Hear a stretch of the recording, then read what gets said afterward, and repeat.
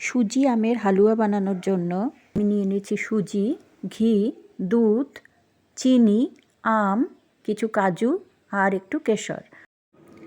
প্রথমে আমি সুজিটা একটু কড়াইতে ভেজে নিয়েছি। তারপর আমি এখানে 1 কাপ সুজি নিয়েছি। এরপর আমি 2 কাপ দুধে এই ভেজে রাখা সুজিটা কিছুক্ষণের জন্য এই আধ ঘন্টা মতো এরকম ভিজিয়ে রাখবো। সুজিটা আমার ভেজানো হয়ে গেছে।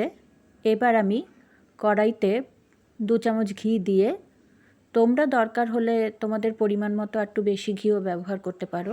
এবার আমি দুধে ভিজিয়ে রাখা সুজিটা কড়াইতে ঢেলে দেব।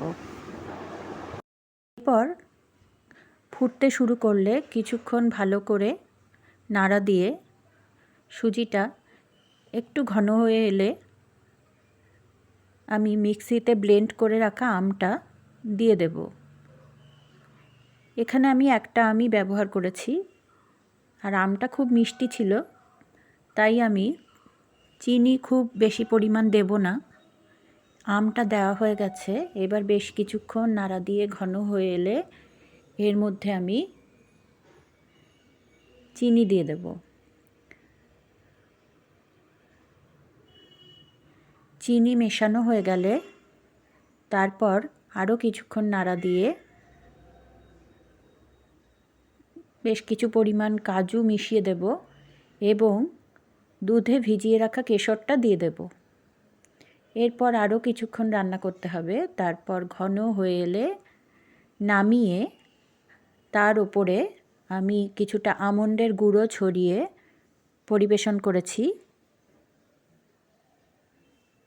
রেসিপিটা ভালো লাগলে অবশ্যই একটা লাইক করো, তাহলে আরও রেসিপি দিতে আমার ভালো লাগবে।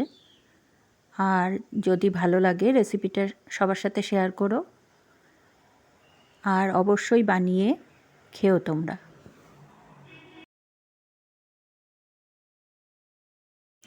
আম তো প্রায় শেষের পথে, তাই তাড়াতাড়ি বানিয়ে নিও। আর কেমন লাগলো অবশ্যই জানিও কমেন্টে।